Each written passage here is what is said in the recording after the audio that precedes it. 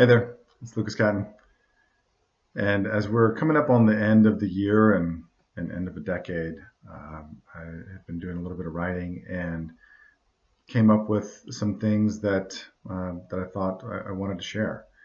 And so I'm going to read them to you. And these are sort of kind of 11 principles or things that I have decided that I want to apply to my life going forward and hopefully encourage in my children and other people around me. Um, so here it is. First of all, I believe that we're all trying to do the best we can with the experience and knowledge that we have, and within the boundaries and circumstances we find ourselves in. I don't know what the future holds, but I do know that I can try to help make it better for others as well as myself by being kind, honest, and loving as much as I'm able to do. I know that there will be connections lost along the way, but also many more meaningful connections made. I also know that I'm a flawed person who will continue to make plenty of mistakes, and that hopefully I'll continue to learn from them as well. The following is a collection of these 11 principles to live by. Is something that I've decided, as I mentioned, that I'm going to try and apply to myself going forward based on my combined experiences thus far. And so here they are. Number one, be inclusive. Interact with others. Smile, wave, shake hands, participate, hold doors open, strike up a conversation with a stranger. By helping others feel like they matter and belong, I also feel a sense of belonging. Number two, attempt to see the world through the eyes of others, not for comparison, but instead for compassion. I believe we can learn a lot from each other when we're willing to look. Number three, learn to let go of the past and not focus too much on previous failures, losses, or battles.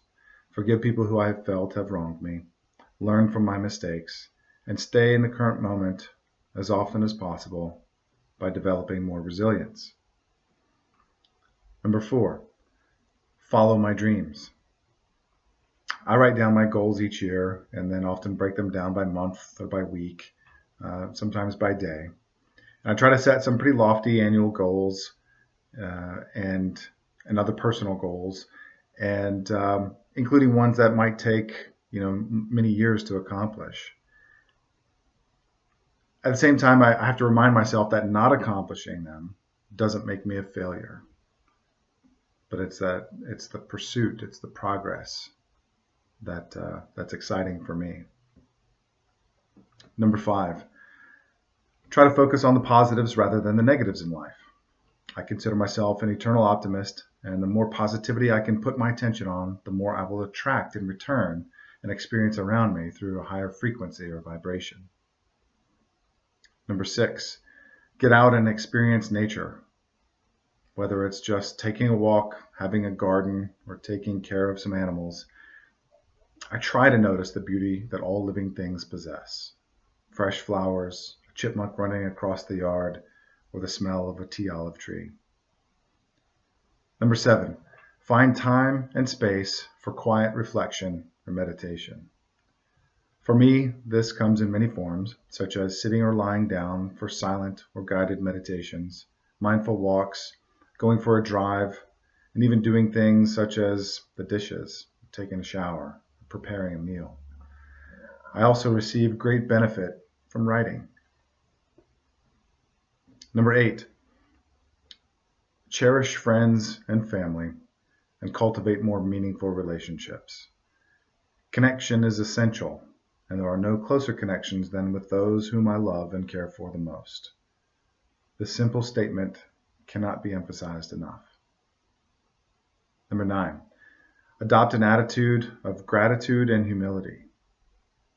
Be thankful for the things, people, and experiences I do have instead of complaining about or comparing what I don't have. Number 10, apply the golden rule and treat others as I would want them to treat me or someone I love.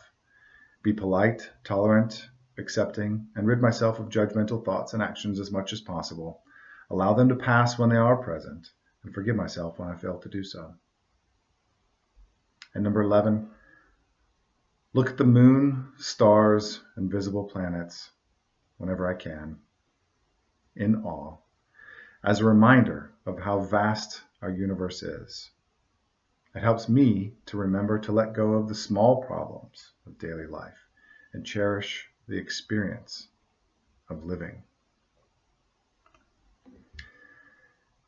I know that this is an evolving list, as life is an evolution as a whole. But I've been doing a lot of reflecting, and these are some of the things that I feel have benefited me most greatly recently, and that I think that if I continue to do will help improve as time goes on. So I hope maybe one of those things you may find useful as well. And I hope you have a wonderful end of your 2019, a wonderful end of your decade, and look forward to a beautiful 2020 and beyond. Thank you.